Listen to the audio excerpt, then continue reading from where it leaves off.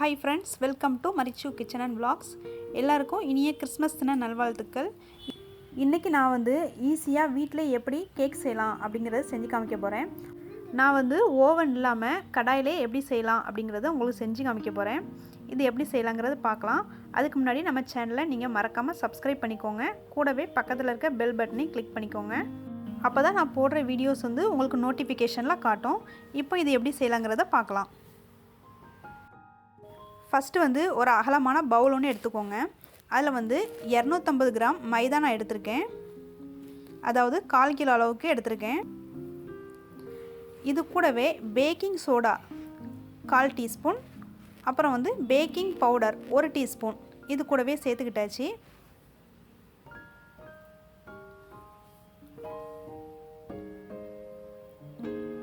இப்போ வந்து இதை மிக்ஸ் பண்ணி விட்டுக்கலாம்.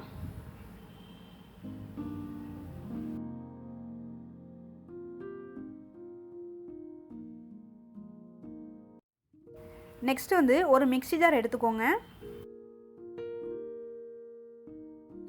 இப்போ வந்து இதில் 1/2 கப் அளவுக்கு சுகர் எடுத்திருக்கேன். நீங்கள் வந்து எந்த கப் அளவுக்கு மைதா மெஷர் பண்ணி எடுத்திருக்கீங்களோ அதே கப் அளவுக்கே மெஷர் பண்ணிக்கோங்க.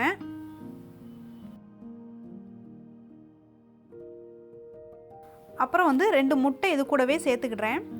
முட்டை உங்களுக்கு 2 வேண்டான்னா 1 கூட சேர்த்துக்கலாம். அதுக்கு பதிலாக பால் எக்ஸ்ட்ராவாக நீங்கள் சேர்த்துக்கோங்க. நெக்ஸ்ட் வந்து 1/2 கப் அளவுக்கு ரீஃபைண்ட் ஆயில் எடுத்திருக்கேன். இதை இது கூடவே சேர்த்து மிக்சியில் போட்டு நல்லா பீட் பண்ணி எடுத்துக்கலாம்.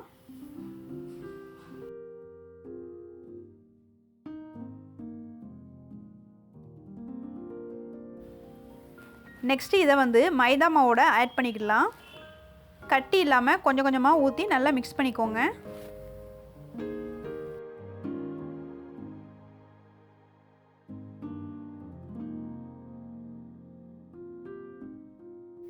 இதை வந்து ஒரு 15 நிமிஷத்துக்கு கட்டி விழாமல் நல்லா பீட் பண்ணி எடுத்துக்கோங்க.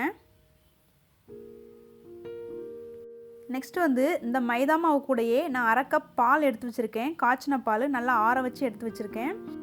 இதையும் இது கூடவே கொஞ்சம் கொஞ்சமாக சேர்த்து நல்லா மிக்ஸ் பண்ணி விட்டுக்கோங்க. பால் வந்து 1/2 கப் எடுத்து வச்சுட்டு ஃபுல்லாக ஒரே டைமில் ஊற்றிடக்கூடாது. கொஞ்சம் கொஞ்சமாகவே நீங்கள் ஊற்றிக்கோங்க. அப்போ தான் நம்மளுக்கு கரெக்டான பதம் கிடைக்கும். நெக்ஸ்ட் வந்து இது கூடவே 1 டீஸ்பூன் அளவுக்கு வனிலா எசன்ஸ் சேர்த்துக்கிறேன்.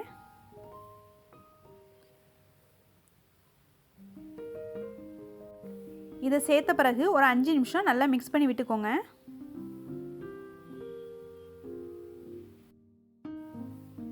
பாருங்க, இந்த மாதிரி பதம் உங்களுக்கு இருக்கணும். இந்த ஸ்டேஜுக்கு வந்த பிறகு நீங்கள் நிறுத்திக்கிடலாம். இதுதான் கரெக்டான பதம். நெக்ஸ்ட் வந்து நான் இந்த மாதிரி கேக் மோல்டு ஒன்று எடுத்திருக்கேன். அது கூடவே பட்டர் ஷீட் சேர்த்துருக்கேன். உங்கள் வீட்டில் வந்து பட்டர் ஷீட் இல்லை அப்படின்னா ஒன்றும் பண்ண வேண்டாம். A4 ஷீட்டு வீட்டில் இருக்கும்ல, அதில் வந்து 2 சைடும் ஆயில் தடவிட்டு இந்த மாதிரி வச்சுக்கோங்க. அதை வந்து நம்ம பட்டர் ஷீட் மாதிரி யூஸ் பண்ணிக்கலாம். இன்றைக்கி நான் அப்படி தான் வச்சுருக்கேன். நம்ம ஏற்கனவே மிக்ஸ் பண்ணியிருந்த மாவு வந்து இதோட சேர்த்துக்கிடுறேன். அப்படி இல்லை அப்படின்னா அந்த மோல்டு ஃபுல்லாகவும் ஆயில் தடவிட்டு மைதா மாவு போட்டு நல்லா டஸ்ட் பண்ணிக்கோங்க.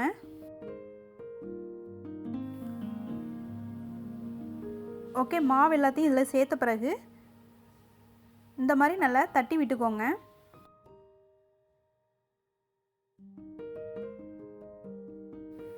நெக்ஸ்ட் வந்து நான் ஒரு கடாயில் கல் உப்பு கொஞ்சமாக போட்டு 5 நிமிஷம் நல்லா ஹீட் பண்ணி வச்சுருக்கேன்.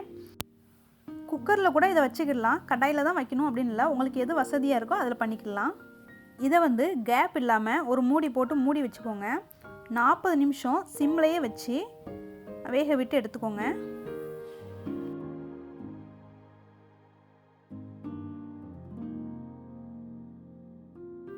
ஓகே, இப்போ 40 நிமிஷம் ஆயிட்டு. இப்போ திறந்து பார்த்துக்கலாம்.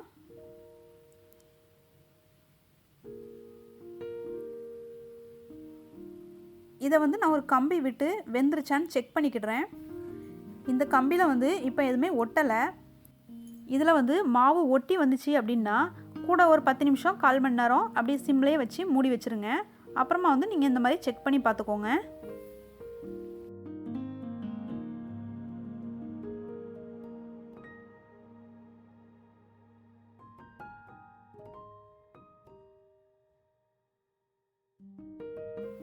ஓகே, இதை இப்போ ஒரு 15 நிமிஷம் நல்லா ஆற விட்டுருங்க. ஆறுனதுக்கு பிறகு நம்ம டெக்கரேஷன் பண்ணிக்கலாம்.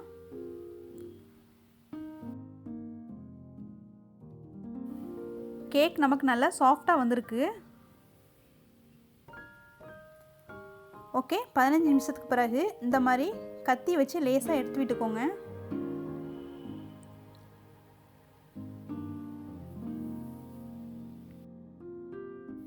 இப்போ வந்து இன்னொரு பிளேட்டில் இதை வந்து அப்படியே மாற்றி கவுத்தி விட்டுருங்க.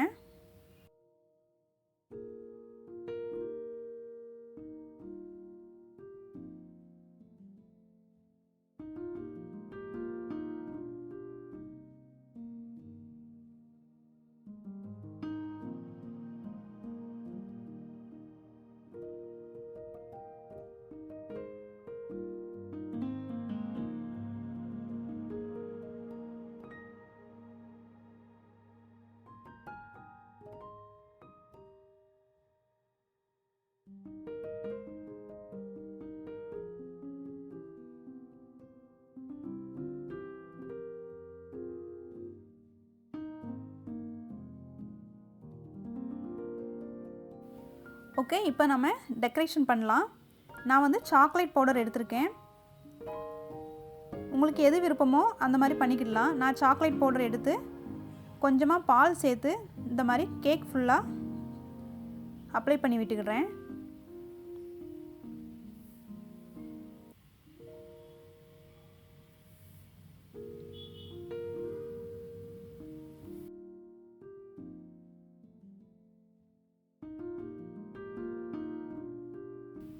நான் டூட்டி ஃப்ரூட்டி எடுத்திருக்கேன், ஜெம்ஸ் எடுத்திருக்கேன்.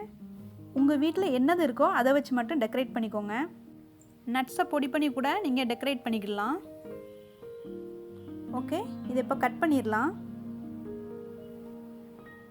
பாருங்கள் எவ்வளோ சாஃப்டாக இருக்குது பாருங்கள். நீங்கள் கட் பண்ணும் போதே பார்க்கலாம் எவ்வளோ சாஃப்டாக இருக்குது அப்படிங்கிறத.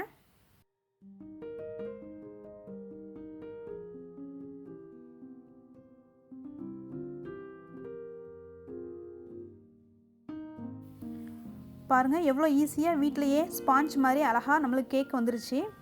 இந்த கேக் செய்கிறதுக்கு ரொம்பலாம் டைம் எடுக்காதுங்க. ரொம்ப ஈஸியாகவே நான் செஞ்சுட்டேன். அதே மாதிரி நீங்களும் ட்ரை பண்ணி பாருங்கள்.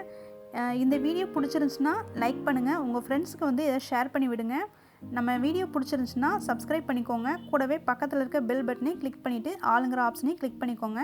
அப்போ தான் நான் போடுற வீடியோஸ் வந்து உங்களுக்கு நோட்டிஃபிகேஷன்லாம் காட்டும். நான் மறுபடியும் வேறு ஒரு டிஷ்ஷில் உங்களை மீட் பண்ணுறேன். இது வரைக்கும் வீடியோ வாட்ச் பண்ணதுக்கு தேங்க்யூ.